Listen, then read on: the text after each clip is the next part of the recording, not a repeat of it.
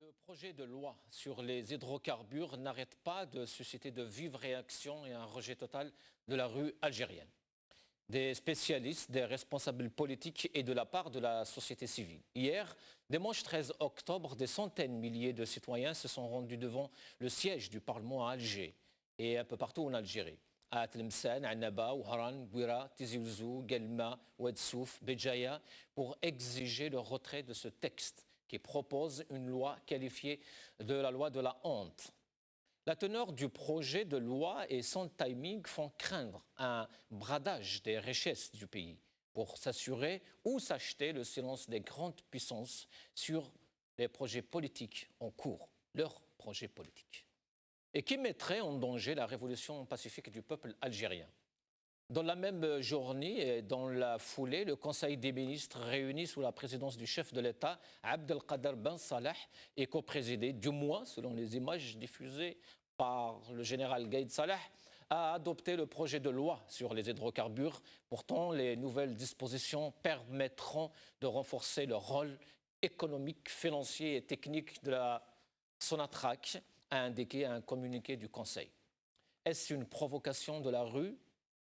Est-ce une décision suicidaire? Leur seule manière ou leur dernière carte avec les grandes puissances? On posera toutes ces questions justement à nos invités. Toujours dans la même journée, et chez nos voisins tunisiens, Kais Saïd a été élu à la tête de la Tunisie à l'issue du deuxième tour de l'élection présidentielle. Il a obtenu plus de 75% des suffrages exprimés devant son rival, l'homme d'affaires Nabil El-Karoui. Le nouveau président tunisien s'est adressé à la foule et il a adressé un message aux Algériens. Il a indiqué qu'il effectuera sa première visite en Algérie. Des observateurs se posent d'ores et déjà des questions sur cette visite, sur une éventuelle visite, surtout que l'Algérie vit une révolution que le nouveau président tunisien a déjà chaleureusement saluée, une révolution que le régime algérien, lui, de son côté, qualifie de tentative de déstabilisation du pays. Les juges donnent l'ordre d'arrêter les manifestants du Hirak et de suspendre leur jugement. La justice utilise comme un outil d'isolation des personnalités politiques sans aucune base ou fondement juridique. Des dizaines de manifestants injustement enfermés souffrent dans les geôles du régime sans jugement depuis plusieurs mois. Ni les rassemblements citoyens en solidarité des détenus, ni les menaces d'entrer en grève de la faim, ni les dénonciations des avocats n'ont pu faire bouger le régime ou la junte. Les juges travaillent leur dossier avec la conviction que les détenus sont innocents. Le régime a alors mandaté la justice pour enfermer les manifestants le plus longtemps possible en totale violation des droits et libertés fondamentaux.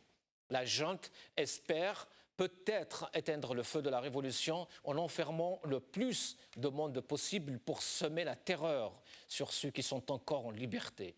La révolution ne cesse de prouver le contraire.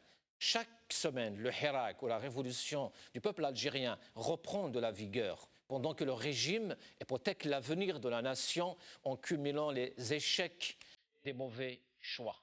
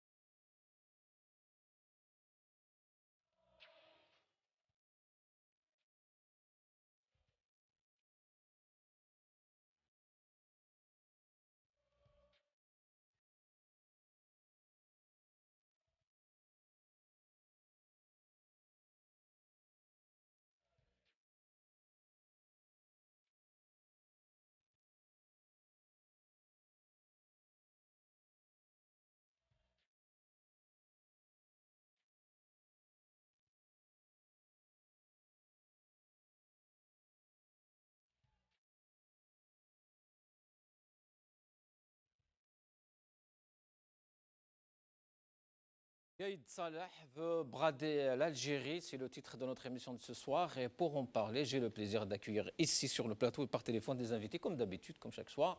Alors sur le plateau, on aura avec nous Ali Aït Djoudi, président de Riposte Internationale. Monsieur Aït Djoudi, bonsoir. Bonsoir Hossein, bonsoir aux amis téléspectateurs et bonsoir à notre invité.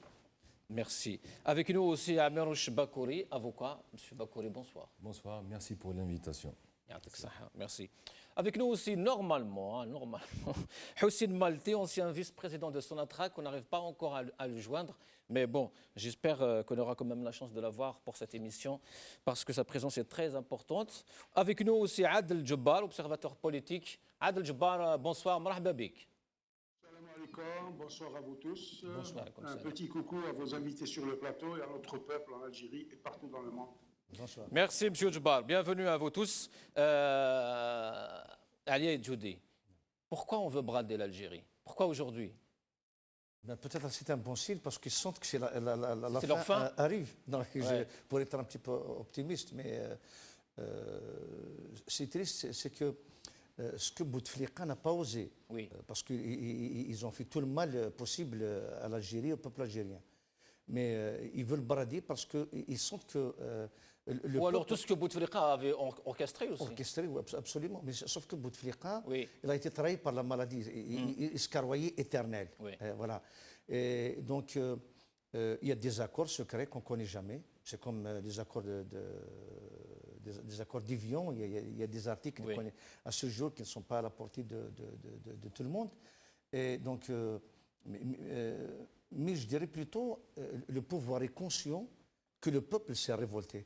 Vous savez, c'est la première fois dans notre histoire qu'il y a une manifestation Oui. devant le siège de l'Assemblée nationale Et pour dire non à un projet de loi. premièrement pour contester un Oui. projet de loi, Oui. pour contester une institution illégitime Oui. et pour contester ce qui se magouille derrière et sur le dos des Algériens. Donc je dirais que le degré de conscience, Oui. de maturité du peuple aujourd'hui dépasse l'intelligence, pour ne pas dire l'idiotie du pouvoir. Mais une chose est certaine, ils sont en train d'hypothéquer l'avenir de nos enfants, l'avenir des Algériens. Et c'est important que les partis politiques, les organisations, les ONG, de lancer quand même un cri d'alarme et une maison garde pour ces sociétés internationales. On doit les mettre devant leurs responsabilités, que le peuple algérien n'acceptera aucun accord sur son dos, aucun accord signé par ce pouvoir illégitime, au moins anticonstitutionnel depuis le 4 juillet. Maître Bakouri, sur cette question. Pourquoi on veut balader l'Algérie? Oui. Moi, je dirais que l'Algérie a été déjà baladée. Maintenant, la question qu'on doit poser normalement, c'est pourquoi on essaie de passer ce genre de projet de loi maintenant, Oui. dans les circonstances actuelles. Parce que pour vous dire balader ou pas, vous savez, on a un problème. Maintenant, moi, en tant que praticien du droit, en tant que militant, effectivement, est-ce qu'on a eu un support médiatique ou des experts qui devaient normalement nous expliquer pourquoi ce projet est bon pour l'Algérie, ou bien le contraire, pourquoi il serait mauvais. Oui. Maintenant, je ne vous cache pas que mon idée ou mon opinion par rapport à ce projet de loi, il se base sur des rumeurs dans les réseaux sociaux. Oui. Il y a certaines personnalités qui ont déclaré d'une manière vague que ce projet allait nuire à l'Algérie. Je pense que peut-être qu'ils ont raison sur le côté formel, c'est-à-dire que ce gouvernement ne peut pas normalement présenter un projet de loi. Ce gouvernement ne peut pas nous tracer un avenir pour le peuple algérien. C'est-à-dire que c'est un gouvernement, ils l'ont dit, c'est un gouvernement qui va régler les affaires courantes. Pas plus que ça. Mais ça, on parle de l'avenir d'un pays. Que ce soit une bonne loi ou une mauvaise loi, ce n'est pas tellement ce qui nous chagrine. C'est comment ce Conseil des ministres, en même temps qu'il y a 130 personnes en prison, en même temps que le peuple sort chaque mardi, chaque vendredi pour dénoncer ces élections du 12 décembre et on défie ce peuple et on dit on ne vous écoute pas, on va aller vers ce projet de loi. Ça ne me fait pas peur le projet de loi parce que même s'il est approuvé par l'Assemblée, parce que maintenant il a été approuvé par le Conseil des ministres et peut-être qu'il sera approuvé, peut-être je dis peut-être il y aura un sursaut de dignité de certains députés, on ne sait jamais. Peut-être ce sera une tactique aussi du régime, de le refuser justement à la PN. Peut-être. Ils ont l'habitude de faire ça aussi. Dans les deux cas, même si on approuve ce projet, ça devient une loi. Si on y croit vraiment, on croit vraiment à cette révolution, et si on pense vraiment, nous tous réunis, qu'il y aura certainement un changement en Algérie, cette loi, elle sera abrogée par la nouvelle classe politique qui va émerger, par le nouvel gouvernement qui sera légitime, par le nouveau président de la République qui sera élu légitimement. On va abroger cette loi, ce n'est pas un problème. Peut-être qu'on aura des conséquences si jamais des entreprises signent des contrats par rapport à cette loi, peut-être qu'on aura des conséquences. On va perdre des millions de dollars peut-être, mais c'est mieux que de perdre sa dignité algérienne. C'est pour cela justement qu'on se pose cette question aujourd'hui. Est-ce qu'il n'y a pas risque de perdre cette souveraineté? C'est pour ça que le peuple algérien se retrouve leader dans la rue justement et dire non à cette loi parce que justement il hypothèque le pays. Moi j'ai lu vaguement cette loi, c'est-à-dire perdre la souveraineté. Est-ce qu'on peut perdre la gérance de ses biens, la gestion de ses biens peut-être pour un certain moment. Mais la souveraineté, vous savez, c'est quelque chose... Perdre la gestion fait partie de la souveraineté aussi. Mais la gestion en termes de concessions, ça sera des concessions limitées dans le temps et elles seront aussi révocables. C'est-à-dire que même si on donne des contrats, on pourra toujours les annuler. Mais vous voyez le brouillard qu'il y a dans ce projet de loi, c'est-à-dire... Il n'y a personne qui a organisé, je ne sais pas, une conférence ou même les médias nationaux n'ont pas expliqué effectivement les tenants et aboutissants de cette loi. On sait juste, avec une idée générale, qu'on va brader l'Algérie. Juste, donc on est en train de débattre d'une loi, d'un projet de loi. Et en même temps, est-ce que cela ne va pas nous faire perdre l'objectif principal qui est le changement en Algérie, dénoncer les élections du 12 décembre. C'est l'une de nos questions justement aujourd'hui. Est-ce que ce n'est pas fait exprès à Léa Djoudi parce que ce régime justement il a l'habitude de faire ça, aller un peu dans un problème ou une histoire secondaire pour justement détourner l'opinion publique? Non, au contraire, moi j'estime que c'est un véritable danger. Parce que c'est vrai qu'il n'y a pas eu de table. Mais détrompez-vous, maître, il y a eu des tables rondes, mais qui valident justement cette arnaque. Au contraire, il y a des chaînes... Même des écrits. Grave, il y a des plumes vendues, il y a des journalistes vendus. Aujourd'hui, le peuple se révolte contre ces chaînes. On commence même à donner des noms de cette... Je n'hésiterai pas à les traiter comme on les traite sur les réseaux, de traîtres. Ils sont en train de tout faire pour faire passer, avaler la pilule au peuple. Mais une chose est certaine, c'est que c'est un véritable danger. Pourquoi? Parce que tellement le pouvoir n'a rien à offrir. Parce qu'il n'y a aucune économie, il n'y a aucune vie économique, ni touristique. Il n'y a rien qui s'est fait durant les 20 années, pour ne pas dire depuis les 57 ans. Donc, il est en train d'acheter le soutien, l'appui international par des concessions. Et moi, j'estime que ce n'est pas facile, même pour un gouvernement. C'est vrai qu'il va y avoir des sanctions, tout ce qui s'ensuit. Mais vous savez, il y a des puissances qui feront tout pour déstabiliser un pays, parce que si on a un adversaire comme les États-Unis... Surtout quand il s'agit justement de ça. Absolument, du pétrole. On sait bien que l'Irak a été détruit à cause du pétrole. Absolument. La Libye a été détruite à cause du pétrole. Donc j'estime que on ne doit pas prendre les choses à la légère, dire que demain on peut annuler. Mais c'est maintenant qu'il faut empêcher ce type de dérive. Mais une chose est certaine, ils n'ont rien à offrir. Ils ont rien à donner.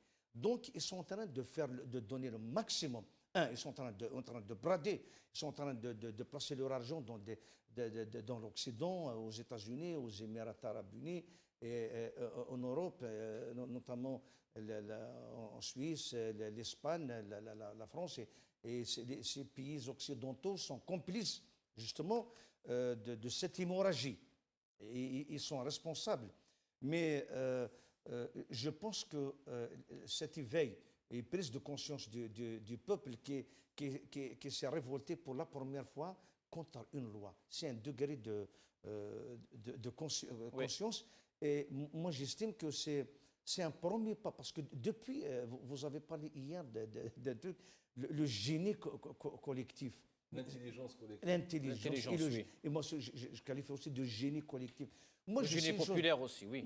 Mais c'est un cas. Oui. Depuis le 22, à ce jour, les choses ont changé. Le peuple a changé. Maintenant, un jeune, un Ouirgila, à Tamanrasat, au pays du Sud, qui sont privés de tout, ils peuvent c'est-à-dire tenir un discours pire que celui de Hussein Aït Ahmed ou d'un opposant, d'un spécialiste. Ils sont très conscients. Donc c'est ce qui fait justement que le pouvoir est en train de tout faire. C'est un caricaturiste, Ayoub, oui, Ayoub Khabar, oui. Il te dit toujours dans le cadre de l'Ehlé. Donc voilà, donc il fallait brader. Moi, j'estime que...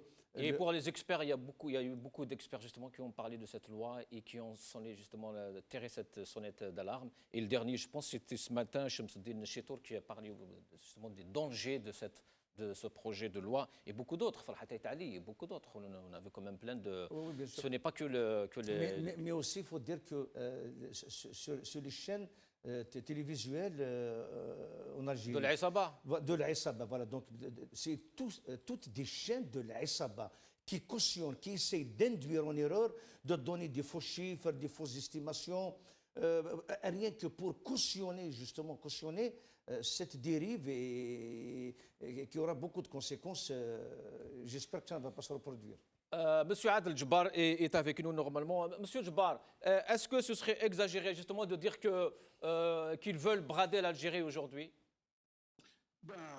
Ce régime, nous le connaissons, ce n'est pas la première fois qu'il fait cas de ce genre de dérive. Je me rappelle qu'en 1992, Seyd Ahmed Ghazali avait déjà proposé de vendre 25% du gisement de Hassim Chaud, oui. Prétextant des contraintes financières horribles. C'est vrai que nous étions au bord nous étions dans un précipice financier, nous étions pratiquement en quasi-faillite, et donc il avait proposé de vendre 25%. Donc cette proposition de la junte ne me surprend guère. Le problème avec eux, c'est que ils n'ont pas autre chose à faire que de faire de la défiance, de l'outrance et prendre à contre-pied toutes les revendications du peuple. La question qui se pose aujourd'hui, c'est que ce dossier est extrêmement compliqué et complexe. Ce n'est pas le premier venu qui va discuter cette loi ou cet avant-projet de loi. C'est des techniciens, c'est des experts, mais pas des experts maison. Parce que ce régime-là est très fort dans la fabrication du consentement. Ça, c'est le titre d'un livre qui a été écrit par Noam Chomsky. Donc, oui. Il fabrique un consentement comme il fabrique de fausses preuves, comme il fabrique de faux témoignages, de faux dossiers pour incriminer des militants et diaboliser tout ce qui va à l'encontre de leur politique. Justement, Monsieur Djebbar, justement sur ce point-là, ce qui est donné aux Algériens, justement ce droit de prendre position sur le projet de loi sur les hydrocarbures, qu'un gouvernement sans légitimité veut imposer, sous l'argument que la question est technique et relève de la compétence des experts, pourquoi ces gens oublient-ils de rappeler justement au passage que Bouteflika avait des experts aussi pendant ces 20 ans? Et regardons où on en est aujourd'hui. C'est des experts maison. Chakib Khalil est un expert, un gros expert qui est parti avec une mallette pleine de dollars et qui a vendu tous les bijoux de nos vieilles grand-mères et du sous-sol algérien. Donc moi, je suis extrêmement vigilant quant à ces appellations et ces qualifications de gens qui s'autodésignent comme de gros analystes, des Dakatira, de plateaux de télé inféodés au régime, et qui s'attribuent des qualifications qu'ils n'ont pas. Maintenant, tout un chacun peut devenir expert en la matière, pourvu qu'il va dans le sens du régime. Notre problème avec cette dictature n'est pas un problème technique, c'est un problème fondamentalement politique. Tant et aussi longtemps qu'il ne lève pas la main sur le devenir de ce peuple, sur ce pays-là, ça ne marchera jamais. Ils n'ont pas compris que le temps des tutorats et de l'infantilisation des peuples est révolu, c'est fini, c'est terminé. Même advenant, comme le disent les Algériens,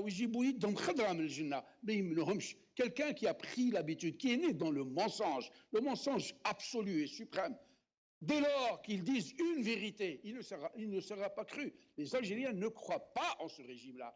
Vous me dites que ce gouvernement est illégitime. Moi, j'ai toujours dit que ces gouvernants, ces représentants indus du peuple algérien et de l'Algérie sont le produit de l'inceste politique.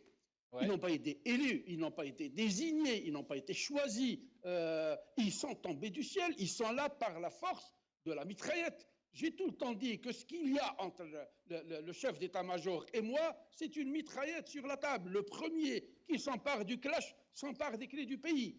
On est dans cette logique où il n'y a que la force qui prévaut.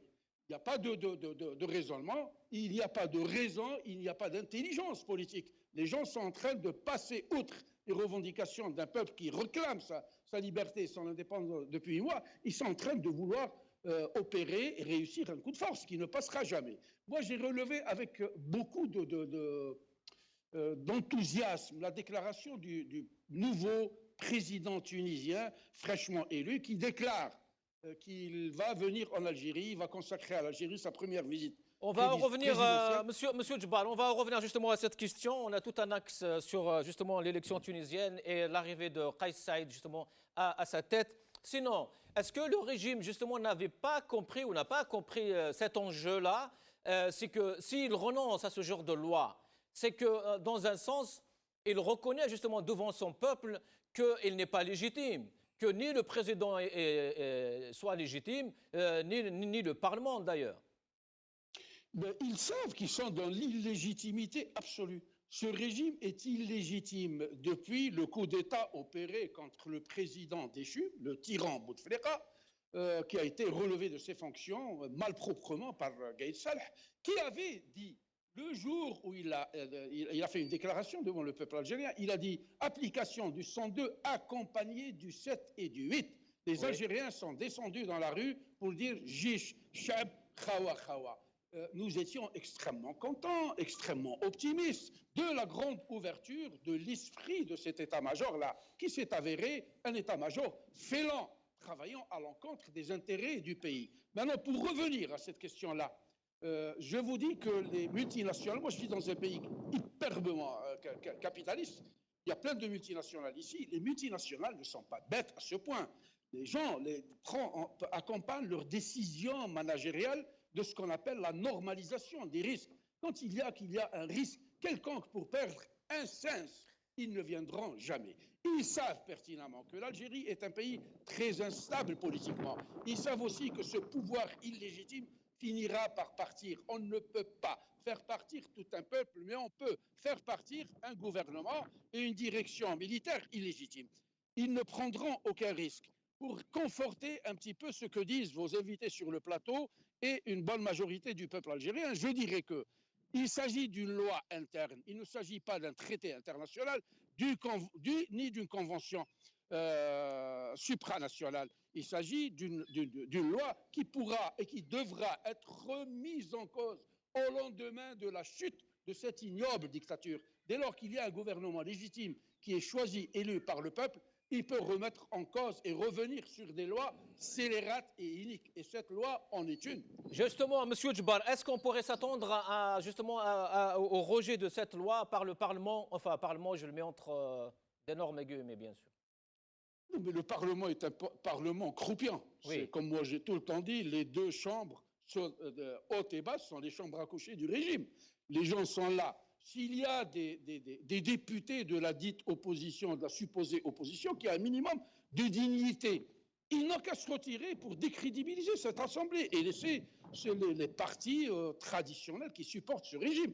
Et donc, qu'il vote oui ou qu'il vote non, il n'y a pas de surprise pour nous, parce que c'est une assemblée illégitime pour le peuple algérien. C'est une assemblée, c'est des députés qui ont été choisis par leur parti, que les Algériens ont tout le temps vomi, et puis ils obéissent aux ordres. Cela m'étonnerait fort beaucoup qu'ils aient un minimum de courage politique pour dire non à cette grave dérive. Moi, je n'ai pas lu le texte de loi, ni cet avant-projet-là, mais de façon éthique et morale, je me dis, des gens qui conduisent illégitimement une transition n'ont pas le droit de prendre des décisions qui engagent l'avenir du pays, qui engagent l'avenir des Algériens et l'avenir des générations à venir. Il conduit les affaires courantes. Nous le contestons déjà dans toutes les décisions qu'il prend. Un gouvernement dont les membres sont rejetés par les populations, ils sont en otage, ils sont chez eux. Les ministres ne sont même pas capables d'aller sur le terrain pour prendre un café. Oui. Comment? Ils sont en otage. Ils ne sortent pas, ni les Wallous, ni les chefs d'Aïla, ni les responsables pseudo-politiques ou les ministres. Donc je ne vois pas comment et pourquoi ces gens-là vont prendre la décision de nous engager dans leur dérive et dans leur totalitarisme. Ça ne marche pas, ces histoires-là. Restez avec nous. Oui. Restez avec nous, Monsieur Djebbal, restez avec nous. On va regarder justement cette vidéo du Conseil des ministres hier, donc sous la présidence de Ben Salah et avec la présence de Gaïd Salah. رئيس الدولة السيد عبد القادر بن صالح ألقى كلمة تلتها بعد ذلك كلمة للفريق أحمد جايد صالح نائب وزير الدفاع الوطني رئيس أركان الجيش الوطني الشعبي.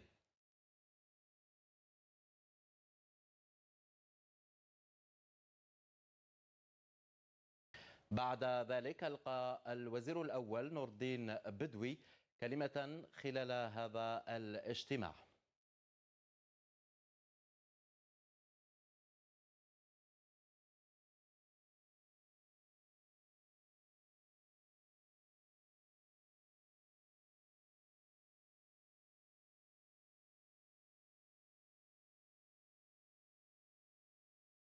Allez, Judy, c'était une manière donc que le régime nous dise voilà, Gaïd Salah est là, en bonne santé, Aïesh, et en même temps, l'une des critiques qui est revenue depuis hier, plus souvent, c'est que dans la tradition diplomatique, c'est qu'il y a le chef de l'État qui parle, le président de la République, après il y a le Premier ministre ou le Premier ministre ou le chef de gouvernement qui parle, après c'est les ministres, mais les vice-ministres ne parlent jamais.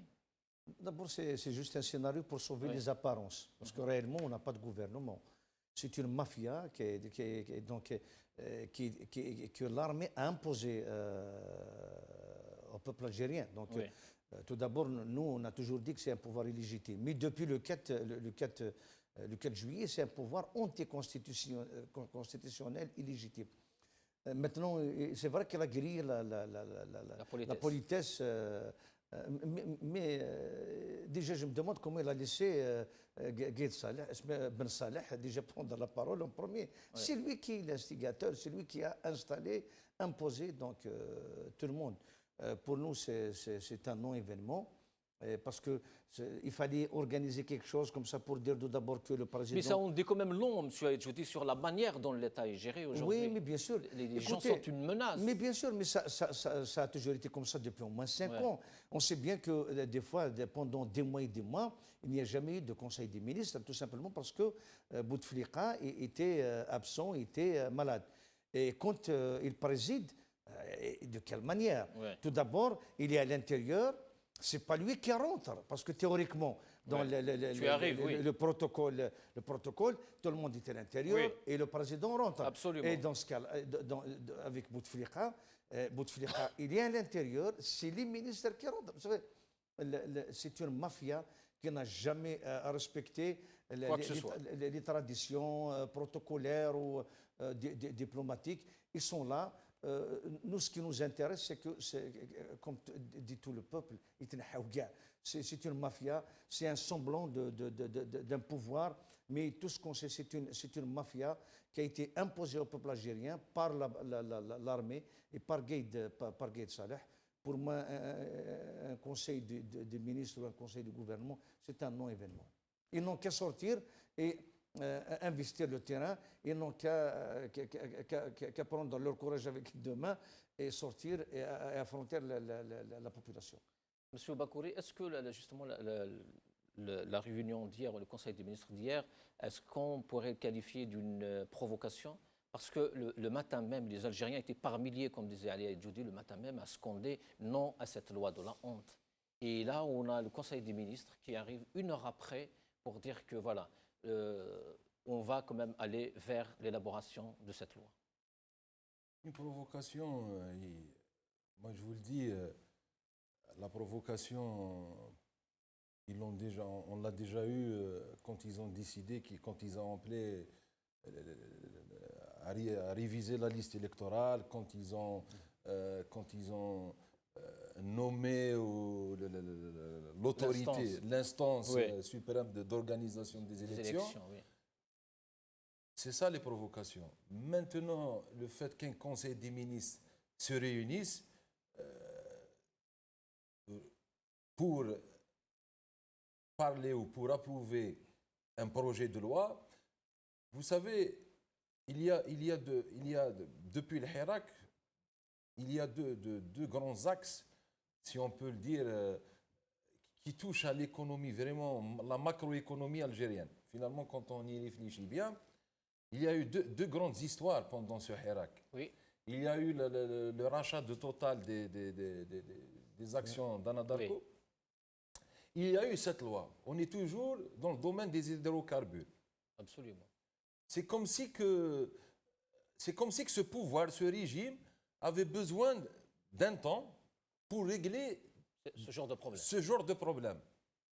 C'est des problèmes qui n'ont rien à voir avec la rupture avec le peuple algérien, la situation politique du pays, mais beaucoup plus, c'est des problèmes qu'ils gèrent pour garder leurs relations vis-à-vis de leurs alliés internationaux.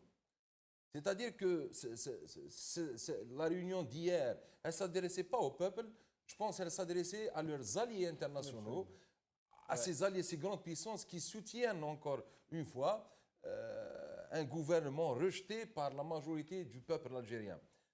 Donc je pense que peut-être que ça sera la dernière affaire à régler, mais d'une manière juridique, ils ont besoin du vote des deux chambres. Oui. Maintenant, moi, je reste toujours positif. Je me dis peut-être que si le Hirak continue dans sa lancée, à faire pression, hier, je ne sais pas si vous avez vu, mais la RND a dénoncé ce problème. Donc, la RND, je crois, est majoritaire, non? Non, il est le deuxième. Il est le deuxième, oui. Avec quelques alliances, c'est possible qu'on aura une surprise. C'est possible. Maintenant, est-ce que c'est une provocation? Je vous le dis, ça fait depuis le 22 février. Après, le RND n'a pas vraiment dénoncé dans le vrai sens. Il a dit que c'était qu'ils ont dit pourquoi ne pas attendre l'arrivée du nouveau président. Voilà, exactement. Voilà, donc, déjà c'est une prise de position. Oui. C'est une prise de position. C'est-à-dire, on se détache de ce projet. On pose une question, donc on annonce une problématique et peut-être ils ne sont pas d'accord sur certains points. Je pense que tout ce qui se passe maintenant, c'est mon avis, c'est pour régler des relations au niveau international. Je pense. Ils ont besoin de temps. C'est ça le sens justement de brader devant l'Algérie. Bien sûr, mais c'est juste pour dire, vous savez, tout ça, encore une fois, je le redis, c'est un scénario pour dire qu'il y a une vie partisane, il y a une vie politique, le RND s'oppose, voilà. Mais pour nous, d'ailleurs, la majorité des partis politiques de l'opposition, de la société civile, le peuple, ils revendiquent la dissolution du FLN et du RND et des organisations de masse. Encore, de l'APL, du Sénat. Absolument. Fallait-il rappeler encore que Ben Saleh, qui n'est président que par intérim, il n'a pas le droit justement de signer tous ces nominations, ces responsables au niveau des régions militaires, ces wali, ils ne sont pas de ces prérogatives. Absolument. Oui. Le problème, c'est qu'ils sont en train d'engager justement l'Algérie de demain dans des rues qui ne sont pas vraiment... Dans l'agenda du peuple. Absolument. Donc pour moi, c'est vrai, il y a un semblant de certains... Mais pour moi, c'est une déviation pour dire que, voilà, il y a une vie, mais la réalité, la vie politique en Algérie, elle est dans la rue depuis le 22 février. C'est ça la véritable vie politique de l'Algérie et c'est ça la vitrine de l'Algérie aujourd'hui. On va regarder ce graphique, Karim, je ne sais pas s'il est prêt, sur justement ce Conseil des ministres et on continue.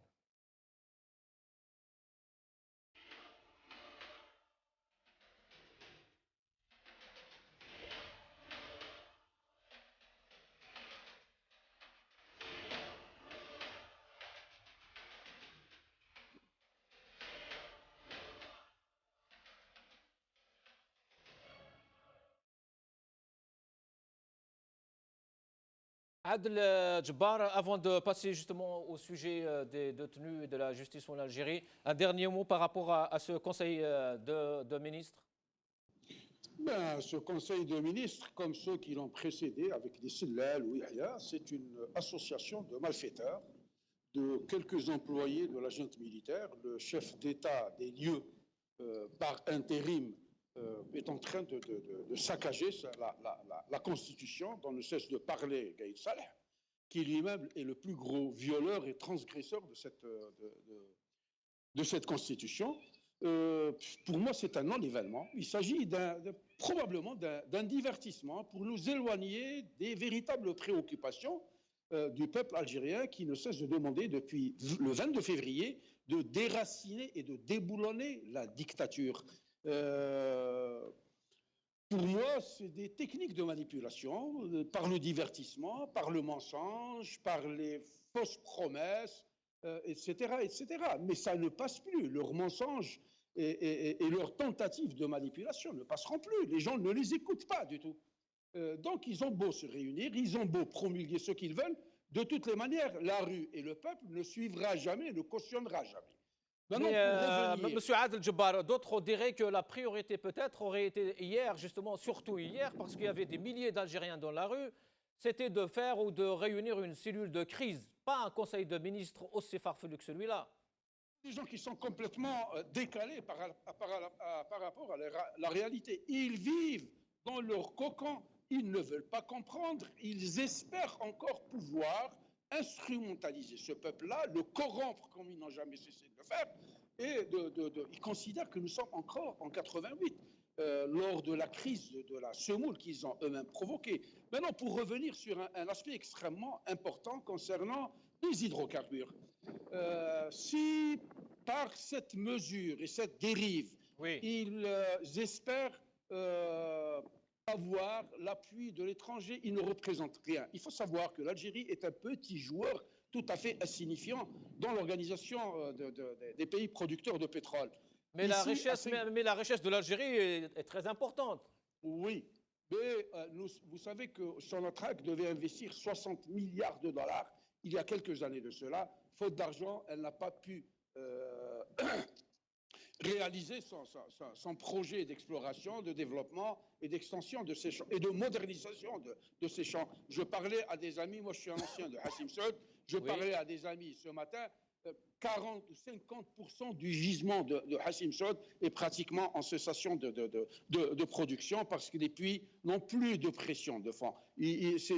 Donc on a cessé d'être ce que nous étions.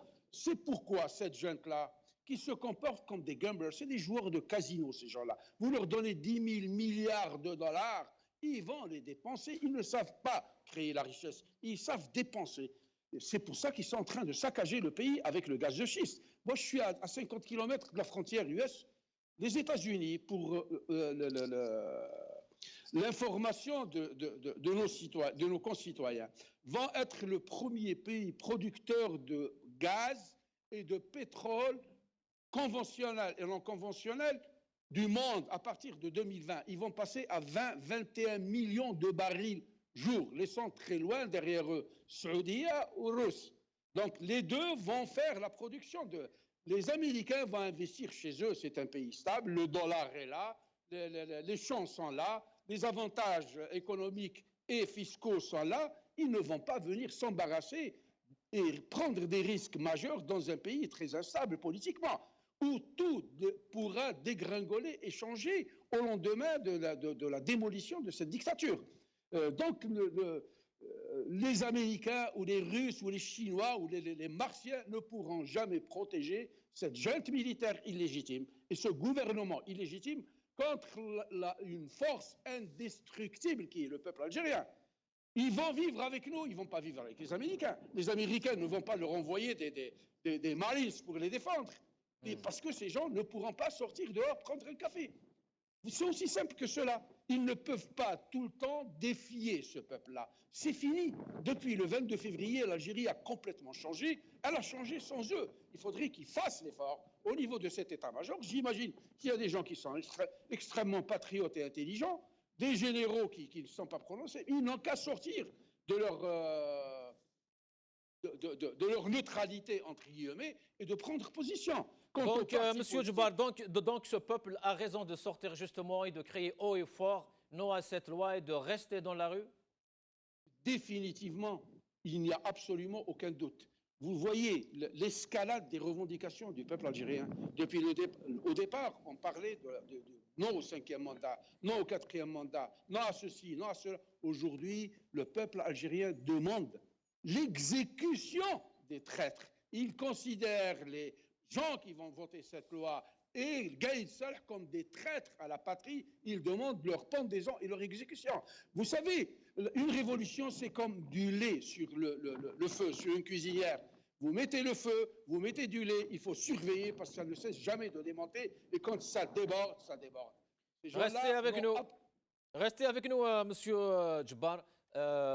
Maître Amirouche Bakouri, on passe donc un peu à votre domaine, à votre milieu, la justice en Algérie. Est-ce qu'on peut dire aujourd'hui que la justice en Algérie est utilisée comme un moyen d'isolation de personnalités politiques ou des gens qui dérangent?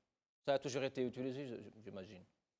Le fait de répondre non à cette question, je vais reprendre la fameuse phrase d'un juge sorti au palais de justice de Béjaïa un 12 mars 2019, où il a dit que se taire dans ces moments-là,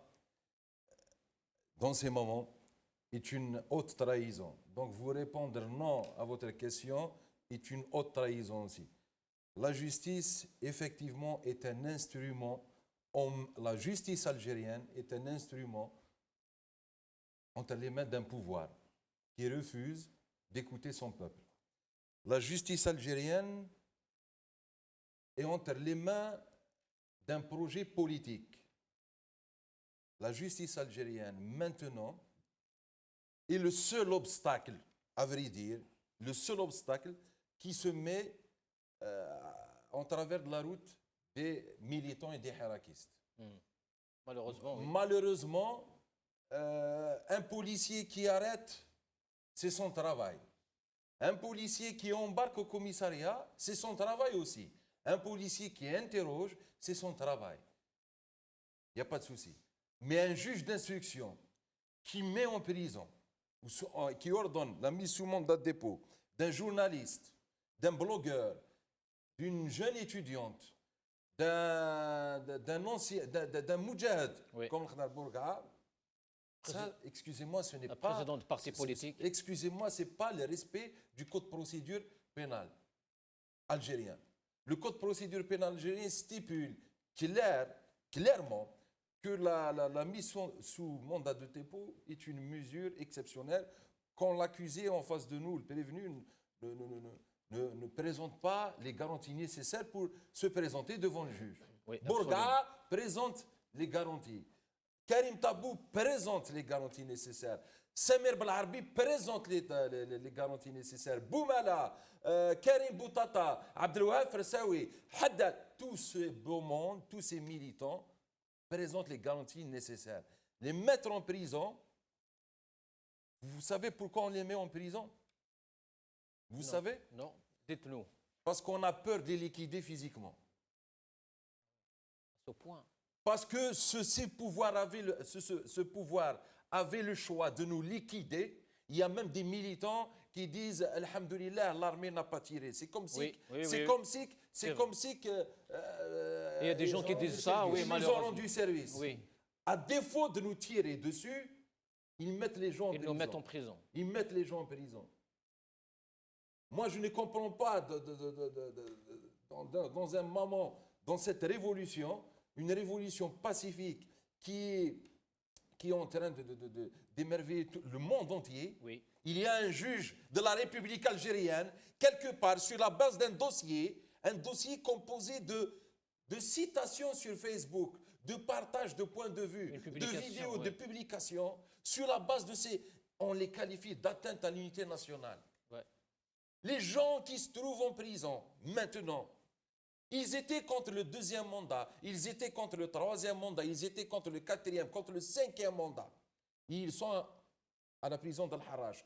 Les gens qui étaient pour le 3e, le 4e, le 5e mandat se présentent aux élections. Ce candidat-là, comment, rappelez-moi son nom, Tebboune. Oui, Abdelmajid. Tebboune. Il n'y a même pas une année. Il n'y a même pas une année ou 2 ans, il a dit, il a juré que le programme du président allait passer. Oui. أقسم بالله العظيم غير مشروع رئيس الجمهورية يفوت. En 2018, il dit que si Bouteflika se présente au 5e mandat, je voterai pour le 5e mandat. Pour. Samir Belarbi a dénoncé le 5e mandat. Ouais. Le 4e mandat, il se retrouve en prison. Boumala, la même chose, et tous ces jeunes-là.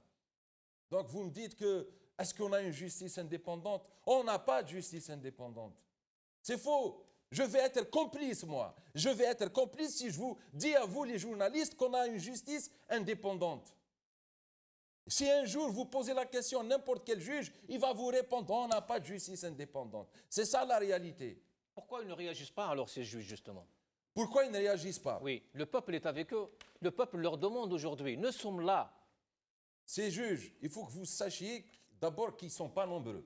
Oui. Il y a au maximum 5000 magistrats au niveau national. Et aussi que pour s'organiser en tant que syndicat ou en tant qu'association, c'est vraiment difficile dans le contexte algérien. Les juges qui sont sortis le 12 et le 13 mars, qui sont sortis, et à la première sortie, c'est le palais de justice de Béjaïa.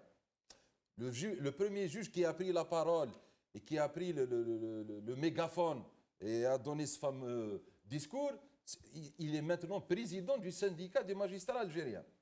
Ah oui. Il est maintenant président. Tout le bureau a été renouvelé.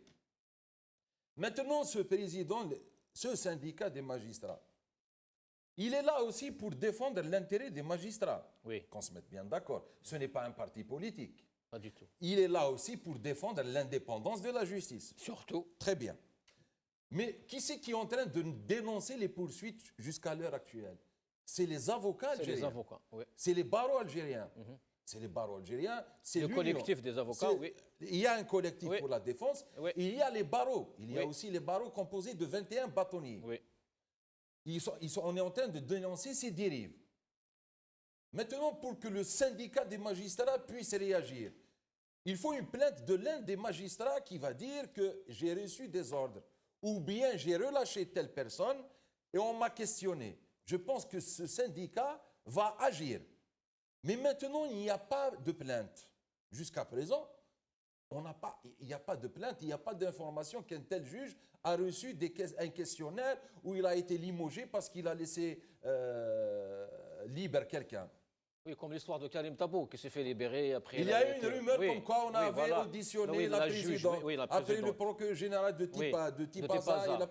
On démenti. Mais il y a eu une rumeur. Oui. Maintenant, jusqu'au jour d'aujourd'hui, ce magistrat est toujours en fonction. Donc, la magistrate de Annaba, qui a été la première à relaxer le FTC sur l'emblème Amazir, pour l'emblème Amazir, et la restitution même de l'emblème est toujours en fonction. Ouais. Donc c'est-à-dire que les avocats et certains militants, on est en train de noter, de surveiller tout cela.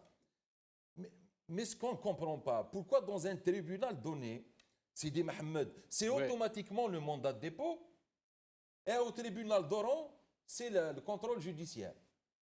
Ouais. Ils sont tous en prison sur la base de faits qu'on peut qualifier, si on exagère dans les qualifications, c'est du flagrant délit.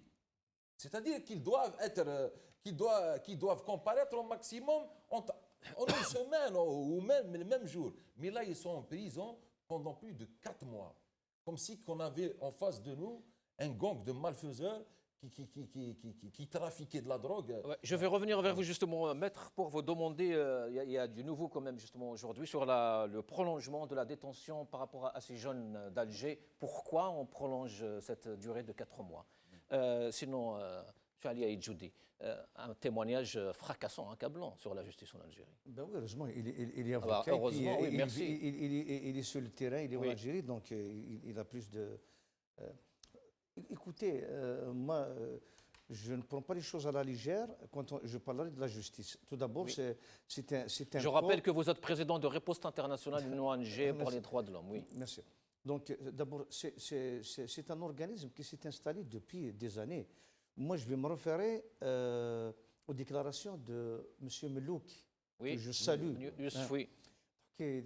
Il a tout un dossier, il a dénoncé depuis des années ces magistrats qui sont des Faussaires, enfants oui. de Harki, Oui. qui sont des faux moudjahids, qui ne défendent que leurs intérêts, les intérêts de cette mafia. Vous voulez dire que ce n'est pas nouveau? Financière, ce n'est pas Oui. nouveau d'un côté. Un.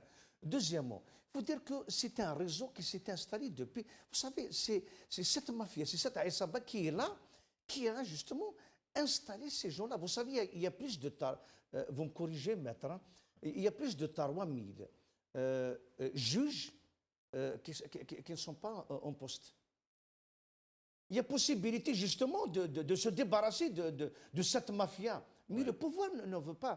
Vous savez, les mêmes juges qui ont exécuté aveuglement les directives de cette mafia, ils étaient à la tête des manifestations le mois de En mars. Oui. Absolument. Bien sûr. Donc, les images étaient belles d'ailleurs. bien, mais c'était justement Oui. pour éjecter Bouteflika et pour installer la nouvelle mafia.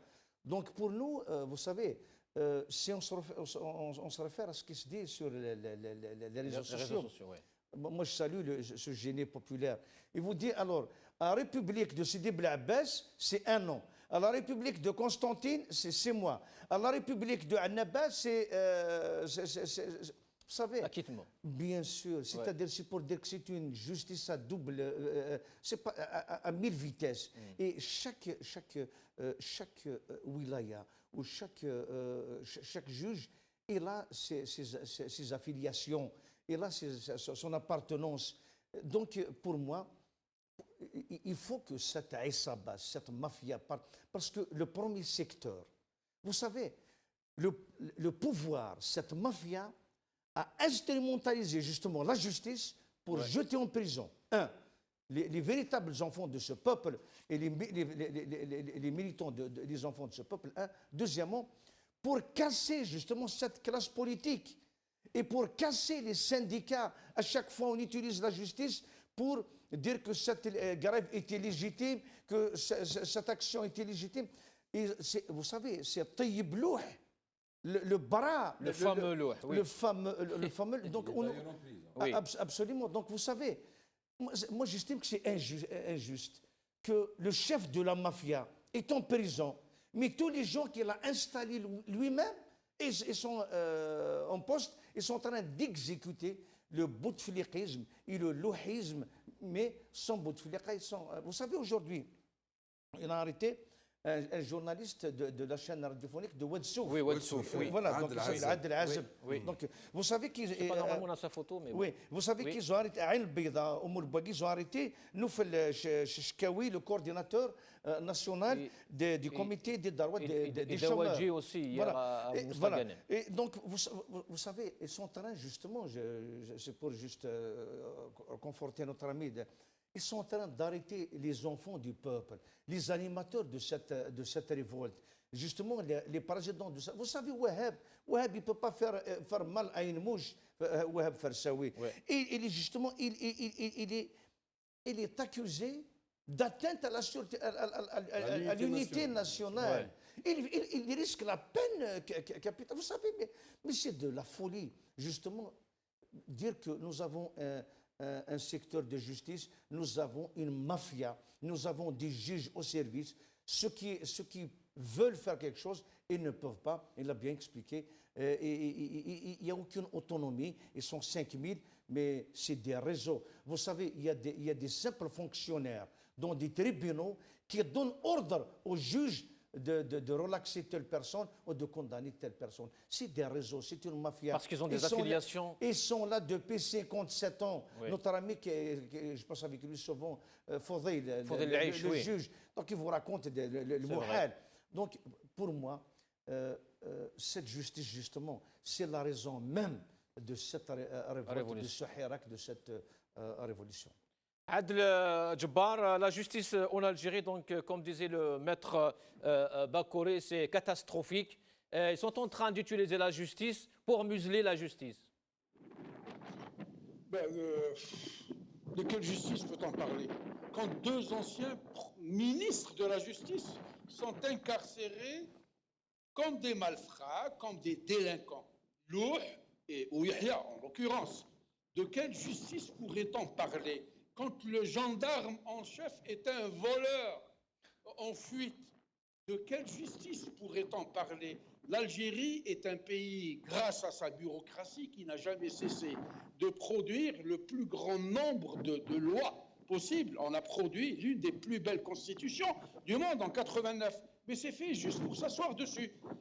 Ce pays-là est une véritable jungle. Posez la question à l'Algérien lambda. 95% des Algériens pensent que le pays ne dispose pas de justice. Il n'y a pas de justice. Les Algériens vous disent, ici, c'est le bâtiment, le palais où se déroule, entre guillemets, la justice, mais il n'y a pas de justice dans ce pays-là. C'est la loi de la jungle. Et on le voit. Nous sommes dans une ambiance et dans une république dictatoriale qui a son plan de vol, qui a sa logique, qui a sa philosophie. Elle ne reconnaît aucune liberté, elle ne reconnaît aucune citoyenneté, elle ne reconnaît aucun droit, elle est dans le déni. Donc là, aller faire de la sémantique sur quelque chose qui n'existe pas, je pense que c'est de la perte de temps. Moi, je suis de ceux qui sont carrés dans le raisonnement. Je rejette en bloc et dans le détail tout ce qui vient de ce pouvoir-là, parce que ce pouvoir est un pouvoir illégitime. Tout ce qu'il propose n'est fait que dans le sens de ses privilèges et de ses intérêts et des intérêts de sa clientèle.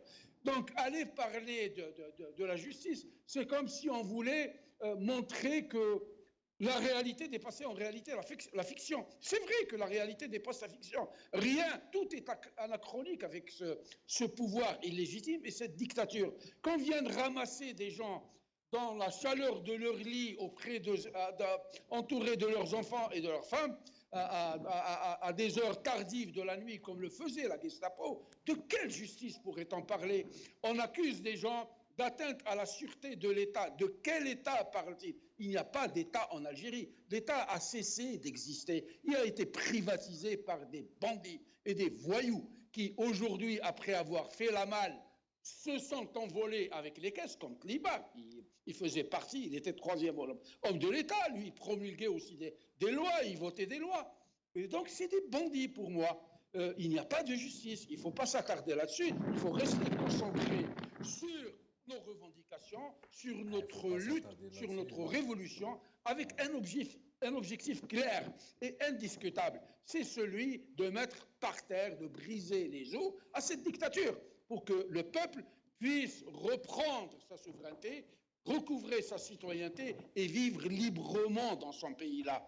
Ils ont exilé du monde, ils ont tué du monde, ils sont en train d'incarcérer des gens propres, des militants comme Tabou, comme Samir Blarbi, comme Fodil Boumala, comme Haj Bourga, et un tas de militants dont j'ignore le nom. Et justement, monsieur Djebbar, malgré les manifestations, il y a des détenus qui ont décidé d'entrer en grève de la faim, ce régime ne bouge pas. Au contraire, il emprisonne encore et encore. Ce régime ne bougera que sous la pression. Aujourd'hui, s'il y a une véritable solidarité des Algériens avec les détenus politiques arbitrairement incarcérés par cette junte criminelle et l'internationalisation de leurs revendications et de leurs combats, ils vont reculer. C'est des lâches. Qu'est-ce que vous voulez dire par là, M. Djbar, l'internationalisation? Il faudrait que les organisations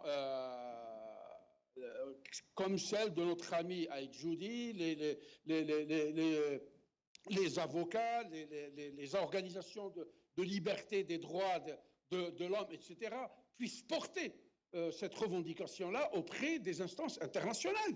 Oui, mais le régime réagit autrement.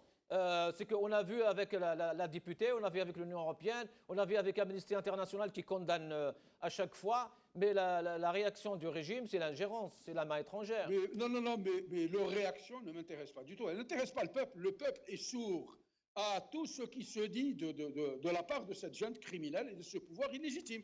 Nous avons des revendications, c'est 40 millions ou la immense majorité des Algériens qui le portent dans la rue depuis 8 mois. Nos voix sont entendues. Croyez-moi qu'ici au Canada, les citoyens sont très solidaires avec nous. Les officiels sont extrêmement solidaires avec les revendications légitimes, pacifiques et la quête de démocratie que demande le peuple algérien. Ils ne pourront pas leurrer le monde. Ce n'est pas avec un tri... Oui, restez avec nous, Monsieur Djbar. Tout le monde est solidaire, c'est vrai. Même Gaïd Salah, d'ailleurs, il dit qu'il est solidaire avec les revendications du peuple. Sinon, Maître Bakouri, vous n'avez pas l'air... oui, justement, vous n'êtes pas d'accord, oui. Il faut que je rebondisse sur ce que vient de dire notre ami. Oui. D'abord, on n'a pas besoin d'instances internationales. Je le dis en tant qu'avocat algérien, membre du collectif des avocats algériens, du barreau de Béjaïa, qui prend la défense de ces détenus d'opinion. On n'a pas besoin d'aucune instance internationale. Voilà, c'est ce que je disais à M. Djbar. On n'a pas besoin. Alors là, c'est une limite rouge. En tant qu'avocat algérien, je le dénonce ici, sur ce plateau. Je n'ai pas besoin d'Amnesty International. Et je vais vous le dire, Amnesty International, il y a 2 ans ou 3 ans, sur un rapport de l'Algérie, a considéré que des terroristes étaient des rebelles. Alors, ce genre d'ONG, moi, j'en ne veux pas. En tant qu'avocat militant des droits de l'homme, on est 46 000 avocats en Algérie.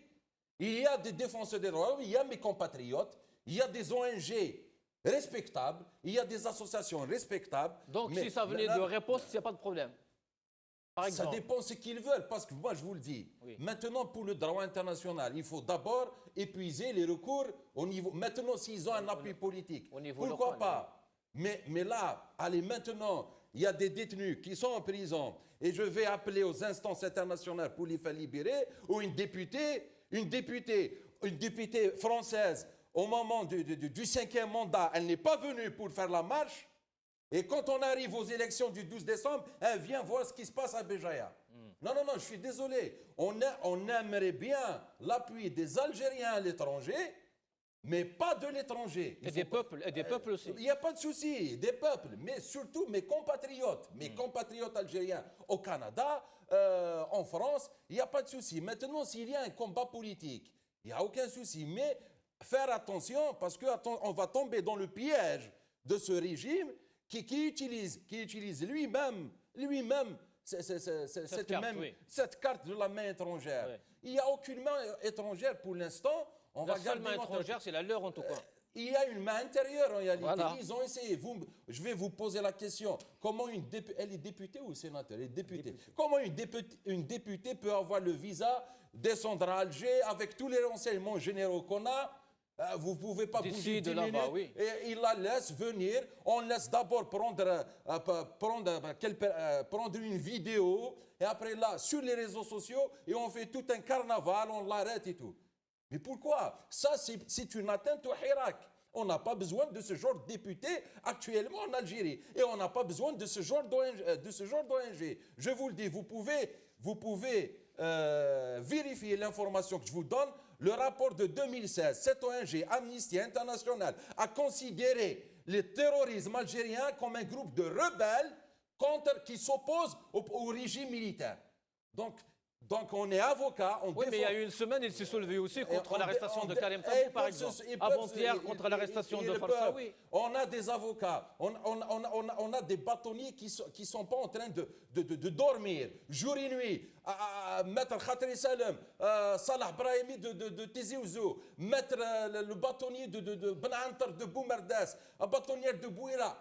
Ces barreaux-là, depuis le Hirak, sont aux côtés des détenus. Ces barreaux-là n'ont jamais appelé aux ONG. On ne veut pas d'ONG et surtout pas d'ONG. Moi, demain, si je sais que dans un dossier politique, il y a une ONG qui s'immisce, je me retire. C'est une affaire. Effectivement, on a besoin de nos compatriotes à l'étranger, mais pas d'ONG. Allez, ajouter par rapport à ça. Moi, je ne partage pas son avis, honnêtement, Oui, parce bien qu'il est avocat, parce que ce n'est pas tous les bien sûr. avocats, parce qu'un avocat, après tout, c'est un métier pour gagner de l'argent, et être militant, c'est autre chose. Oui, Voilà. oui, oui. Parce que, comme disait Ali Yahya Abdelnour, il y a des fonctionnaires des droits de l'homme et des militants des droits de l'homme. Exact. Cela n'empêche pas qu'il y a beaucoup d'avocats militants que je salue, au contraire. C'est grâce à eux que ces prisonniers sont Ces militants, justement, qui accepteraient ce que voilà. M. Bakouri vient de Oui, mais rejeter. justement, il faut faire la différence entre, Oui. interpeller des peuples. Parce que interpeller le Parlement européen, ce n'est pas interpeller un pouvoir pour s'ingérer dans nos affaires. Justement, moi je me demande parce que l'Algérie a signé pourquoi des- mélanger. oui. Bien sûr, Des d'un conventions. côté on signe des conventions Oui. et puis on laisse ce pouvoir justement brader l'Algérie. Au contraire, la société civile, maintenant qu'il y ait des ONG Oui. qui sont complices avec le pouvoir, avec le terrorisme, ça, ça, c'est leur problème. Moi, je ne cautionne pas ça. Sauf que des ONG qui dénoncent justement ces abus. Et moi, en tant que président d'une ONG, j'ai saisi, donc interpellé les instances internationales, mais pas les gouvernements. Pas pour oui, demander je comprends. l'ingérence, mais parce que justement l'indifférence est une complicité avec le pouvoir algérien. Voilà, c'est important de dire. On sollicite la solidarité des peuples.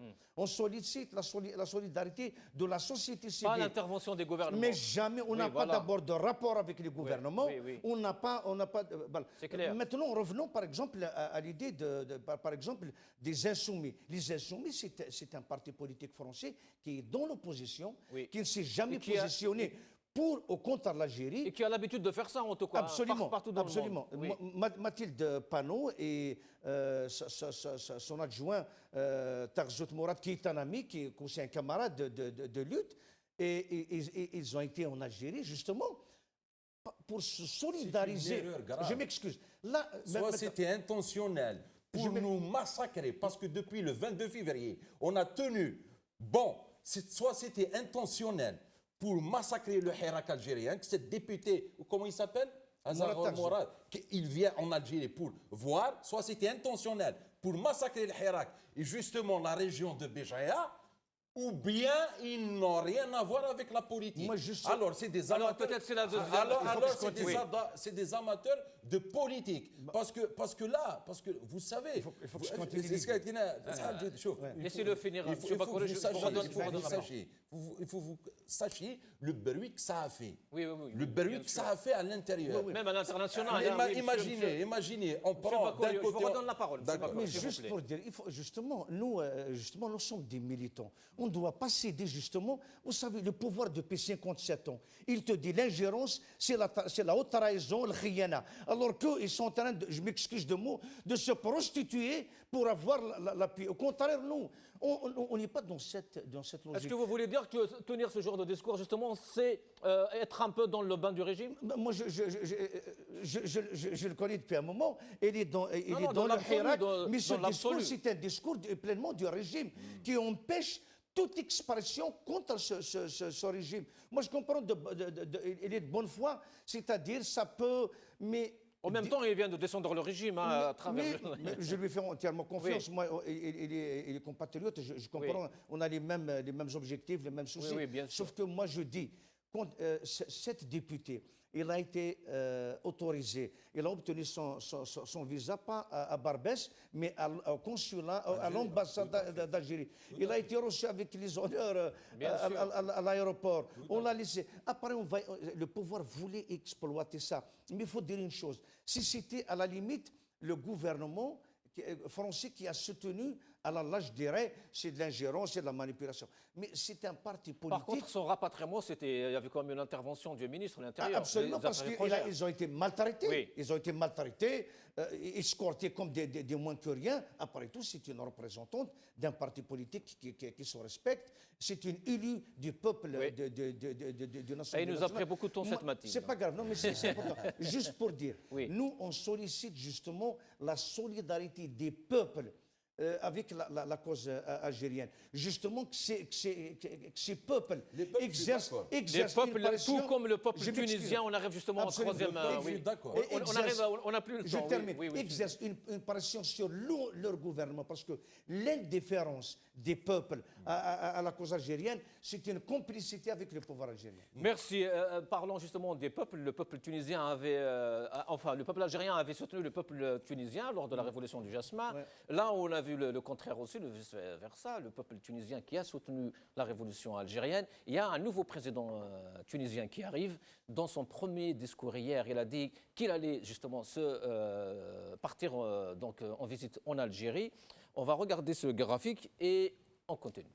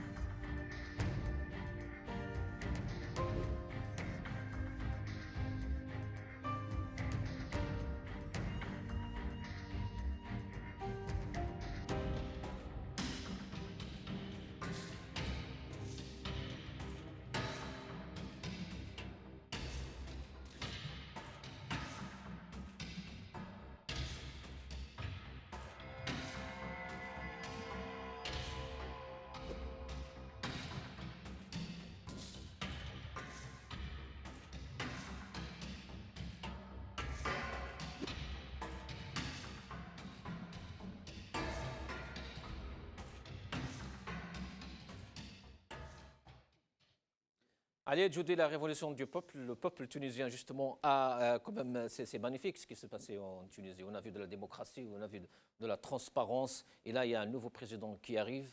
Un mot par rapport déjà à ça avant d'arriver à l'Algérie. D'abord, je me félicite et je félicite Absolument, le peuple oui. tunisien parce qu'il y a une véritable démocratie. C'est ça le plus important. Oui. Depuis 2011, personne n'a misé un sou sur le peuple tunisien, sur le génie du peuple justement tunisien de sortir de cette crise. Mais rien n'empêche.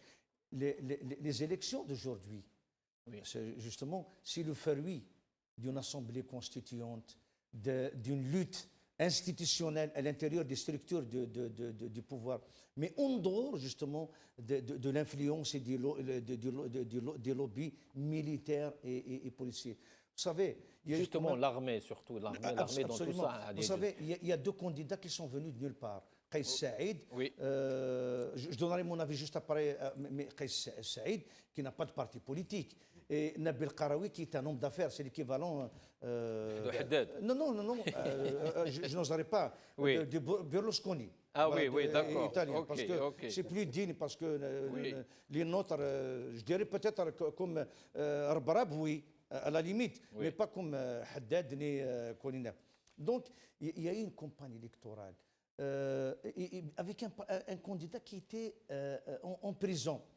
Et au deuxième tour, la dignité. Le candidat qui était dehors a refusé de faire campagne tant que son adversaire était en prison. Vous voyez un petit peu la dignité. Et quand il est sorti, il y a eu quand même un face-à-face. C'est la première fois dans l'histoire de l'Afrique et du monde arabe, qu'il y a eu, au moins de l'Afrique du Nord, Oui, et de Mazra, qu'il y a eu un face-à-face entre deux candidats, l'un va devenir président de la République. D'ailleurs, je pense que des millions d'Algériens ont regardé absolument, ça. Moi j'étais branché, j'ai suivi parce que je me sens concerné. Une élégance incroyable, un respect mutuel. Il n'y avait pas eu d'excès de langage, ni traiter quelqu'un de traître. Et à la fin, le jour du vote, il n'y a pas eu de violence, il n'y a pas eu de manipulation. Les chaînes de télévision, plus ou moins, ils ont essayé d'être rationnels, même s'il y a quelques dérives. Et à 20 heures, comme tous les pays qui se respectent, comme les pays européens et les États-Unis, on attendait 5, 4, 3, 2, 1, 0, et c'est Saïd. Et l'autre qui félicite le perdant, qui félicite le gagnant, c'est incroyable. Dire qu'ils sont sortis tous les deux de nulle part. De nulle part. Et c'est le génie du... Maintenant, c'est vrai que Kais Saïd, il a un discours un petit peu usé avec cette politique panarabiste des années 70 qui n'a aucun cas... conservateur. Absolument. Oui, oui. Et il l'est d'ailleurs. On l'a traité d'islamiste, malheureusement. Voilà. Non, je ne dirais pas, voilà, islamiste. Lui, oui, mais vous savez, il est attaqué. Alors, Kais, il est attaqué parce que sa femme n'est pas voilée. Ouais. Pour vous dire un petit peu, on peut tout le... C'est des médias occidentaux qui ont Oui, considéré que Kais c'était un islamiste. Absolument. Alors absolument. ils ont perdu C'est un nationaliste. J'ai jamais vu de ma vie un islamiste, sa femme sans voile et en jupe. Absolument. Juste pour dire que... Un journal français l'avait même qualifié aujourd'hui d'arabe. Bien sûr, non, d'ailleurs, à son discours, il a parlé du panarabisme, il a parlé de la Palestine. Sinon, par rapport mais justement, à... je dirais juste un mot. Il a dit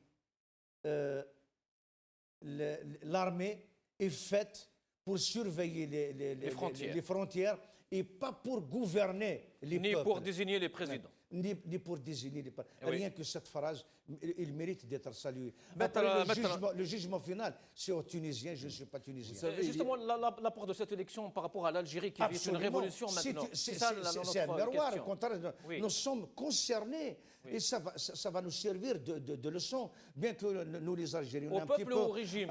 Orgueilleux. Vous êtes en train de parler du côté du peuple ou du régime? Est-ce que le régime, justement, va apprendre des leçons non, pas du tout. Le régime, c'est un régime totalitaire qui va essayer de créer des problèmes à la Tunisie. Ça, vous allez le voir. Plus que ça, ils ont un président élu démocratiquement, ils ont aussi un nouveau parlement composé de 70 avocats et avocates.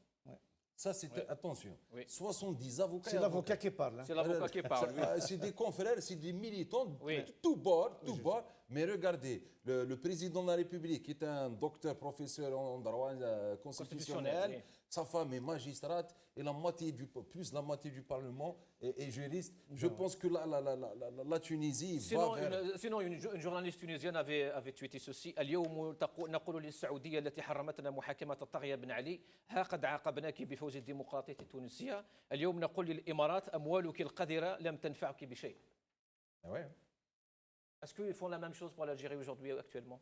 Mais c'est tout à fait normal. C'est un lobby émirati. Il va essayer de forcer les cartes dans le pays du bassin méditerranéen. Si demain, aujourd'hui, vous avez la Tunisie, c'est un pays libre, démocratique. Donc avec des hommes, un gouvernement légitime, des responsables légitimes, ils vont travailler pour l'intérêt de la Tunisie. Et demain, vous aurez la même chose au niveau algérien. Ça va être une bombe au niveau de la Méditerranée. On va pour la première fois peut-être de l'histoire négocier le Grand Maghreb. Le Grand Maghreb aussi. Un truc qu'on a cassé. Eux, ils ne veulent pas de ce projet. Absolument. Le Grand Maghreb, ils ne veulent pas. Le Golfe arabo-persique, ils ne veulent pas. Même l'Europe. Même l'Europe. Et pas faire négocier individuellement. Dans ce cas-là, bien sûr, qu'ils doivent... Sinon, cette élection, ce président justement qui va venir en Algérie, comment va être la réaction justement des nôtres? Qu'est-ce qu'ils vont dire? Ils vont dire nous, on est en train de taper sur les manifestants? Alors, si vraiment, dans ces projets, c'est de venir en Algérie, avant qu'on termine notre révolution, avant qu'on désigne un président légitimement élu, je pense que c'est une erreur. Il va vers un autre pays démocratique. Pas chez nous. Nous, on est en révolution. S'il vient, c'est pour nous soutenir. Soutenir le peuple, il peut rester en Tunisie et soutenir la révolution algérienne. Mais venir, moi je pense... Donc s'il vient demain, il est obligé de tenir un discours au profit de la révolution algérienne. Il va cautionner ce gouvernement. Il faut dire que des fois, il y a des traditions diplomatiques. Oui. Vous savez, le président français, une fois élu, le premier pays qu'il doit visiter, c'est l'Allemagne. C'est vrai. C'est une tradition. Oui. Et l'Algérie, la Tunisie. Voilà. Oui. Ou la Libye, mais bon, la Libye, c'est un peu compliqué. Mais juste pour dire que la tradition, c'est, moi j'estime que il a annoncé les couleurs, il a donné une gifle à l'armée algérienne en disant que vous n'êtes pas là pour gouverner l'Algérie, mais plutôt pour surveiller les frontières. Mais venir en Algérie, c'est un acte quand même, il faut le prendre d'un geste fraternel au peuple algérien, parce qu'il a annoncé les couleurs. Il s'est attaqué indirectement à cette junte militaire. Mais venir, je suis entièrement d'accord, ça peut être interprété, mais c'est un acte de fraternité parce qu'il doit, un président de sa mazra... Est-ce que c'est le peuple algérien qui va l'accueillir à l'aéroport? Non, mais c'est tout à fait normal. C'est un président le gouvernement algérien qui va l'accueillir. Je ne suis pas contre avec ce que vous dites, mais juste que... je pense que c'est une... Oui, le peuple algérien, ce qu'il va accueillir. En tout cas, c'est Gaïd Salah ou c'est Ben Salah, les deux ne sont pas légitimes. C'est l'un des Salah. Moi, je prendrais du bon côté, c'est-à-dire parce que un président de l'Afrique du Nord ou de Tamazgha ou du Maghreb, une fois élu, qu'il soit marocain ou tunisien, donc il faut qu'il visite ces pays frères. Il faut le prendre du bon côté parce que c'est-à-dire c'est le temps qui va déterminer la réalité. Certainement. Voilà. Mais aussi, il faut comprendre la position tunisienne. C'est un petit pays, avec tous mes respects aux frères tunisiens, mais par rapport à l'Algérie, donc vous savez, ils n'ont pas une armée comme l'Algérie, c'est la deuxième. La Tunisie n'a pas intérêt à avoir des problèmes avec l'armée algérienne, donc mieux vaut faire la paix en attendant des jours meilleurs pour les Algériens. Merci Adel Djebbar sur ce sujet. Donc le président tunisien qui aimerait justement visiter l'Algérie comme première destination après son élection. Mais l'Algérie il se trouve que l'Algérie en ce moment est en révolution. Et qu'est-ce que vous en pensez? Comment va être la réaction des Algériens? Donnez-moi 30 secondes. D'abord, oui, bien sûr. Rebondir sur ce qu'a dit notre ami, l'avocat sur le plateau. Oui. Je ne suis pas de ceux qui sollicitent, qui encouragent, qui demandent, qui implorent une intervention étrangère. Sachez une chose, c'est que les Algériens de l'Algérie ou les Algériens qui sont à l'international, qui sont dans des pays étrangers, n'ont jamais demandé l'intervention étrangère, fût-elle une intervention sympathique et jamais. Ceux qui ont demandé l'intervention étrangère, ce sont ceux qui sont aux commandes indues de ce pays. Donc, pour que cela soit clair, ce que je dirais aussi, je ne voudrais pas que le combat politique du peuple algérien puisse échapper des mains du peuple pour tomber dans les mains d'une corporation, fût-elle celle des avocats. Les avocats ont un rôle, ils font partie de l'Algérie, c'est des citoyens comme nous, ce n'est pas des supra-citoyens, ils vont prendre le chemin du combat qu'est en train de mener le peuple algérien depuis février 22. Sinon, sur la Tunisie, M. Djebbar, parce qu'on arrive à la fin. Sur la Tunisie, moi j'ai toujours considéré qu'un régime civil est représentatif, né d'élections libres, soutenu par une loi et contrôlé par une liberté d'une presse, fût-elle corrompue, cette presse est toujours plus efficace, meilleure et plus attractive qu'une dictature. Maintenant, pour la visite du président tunisien, moi j'ai relevé avec beaucoup de satisfaction une déclaration que je vais vous lire en arabe. Il dit « Nahnu abna al-Rabi' al-Arabi sanabqa ala yaqin anna al-hurriya wa al-démocratia أمل الشعوب وطريقها الأحد للتقدم والازدهار وأن الدكتاتوريات والانقلابات العسكرية طريق الجهل والتخلف والدمار وأن الشعوب الواعية المتعلمة لا يمكن الانقلابات على إرادتها وأن الجيوش جعلت لحماية الحدود وليست لإدارة البلاد. Je pense que le message est très clair pour la junte dictatoriale algérienne, Sa visite est une visite protocolaire, comme le disait notre ami Aïd Joudi sur le plateau. Ça fait partie des us et des coutumes et des traditions diplomatiques entre voisins. Maintenant, va-t-il partager, lui qui se prévaut d'une démocratie parce qu'il a été élu librement, démocratiquement par le peuple tunisien, que je félicite au passage, va-t-il partager ou cautionner une affreuse et une ignoble dictature? J'ai d'énormes doutes. Merci Adel Jabbar, Yatik Saha. Je tiens juste à préciser qu'il y a une polémique justement autour de ce tweet que vous venez de lire. Il pourrait être justement... Il y a trop quand même de comptes Twitter maintenant. Je ne sais pas est-ce que c'est authentique ou pas ce tweet. En tout cas, il y a eu une polémique sur les réseaux sociaux par rapport à ce tweet. Est-ce qu'il est vraiment de... Oui, M. Adel Jabbar, vous voulez Ils vont rajouter quelque chose? probablement tenter d'exploiter cette Oui. visite du président tunisien, Oui. comme ils ont exploité la venue de cette députée. Cette députée est une députée du Parlement. Nous, nos problèmes sont avec les exécutifs des pays occidentaux. Ce sont eux qui soutiennent cette dictature pour leurs intérêts cupides. Les peuples sont des peuples qui sont épris de liberté et de démocratie et d'émancipation et d'indépendance vis-à-vis de tous les peuples. Merci Adel Jabbar, Yatik Saha. Merci Adel. d'avoir accepté notre invitation. Maître Bakouri, un dernier mot parce qu'on a vraiment débordé par rapport à la question donc, des détenus. Pourquoi on a prolongé de 4 mois aujourd'hui? Parce que c'est la loi. Dans le code de procédure pénale, le juge d'instruction en matière délictuelle peut prolonger le mandat de dépôt une fois. Alors donc, pourquoi tout le monde, justement, aujourd'hui, sur les réseaux, les Algériens... Il y a 6 détenus. Il y a 6 détenus. Leur avocat a été notifié que le prolongement du mandat de dépôt a été signé hier par le juge d'instruction de la 10e chambre ou de la 11e chambre. Oui, donc en matière délictuelle, ces jeunes-là peuvent rester en mandat de dépôt au maximum 8 mois. C'est-à-dire qu'on ne verra pas un procès au moins d'ici 8 mois. Oui. Ça peut être moins. En matière, pour les gens qui sont poursuivis pour des crimes, on peut les voir rester en prison de détention provisoire pendant au moins 16 mois. Donc le juge peut prolonger jusqu'à une période maximale de 16 mois. C'est pour ça que... Merci, Maître Et juste pour Bakouri, répondre à notre ami, s'il aime s'il apprécie la révolution tunisienne, on n'est pas des super citoyens, les avocats algériens. Mais je peux lui dire qu'on est peut-être, si on est unis, on sera encore plus puissant que ces ONG.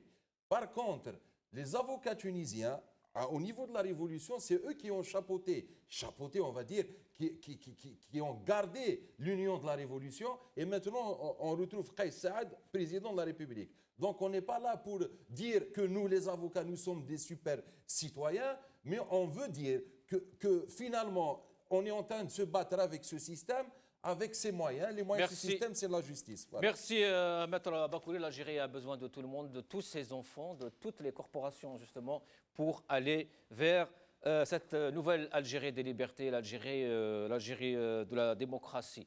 Ali Aïdjoudi, merci. Merci, Maître Bakouri. Merci à Adel Jabbar. Cette émission arrive à sa fin. Merci à vous toutes et à tous. Salam alaikum.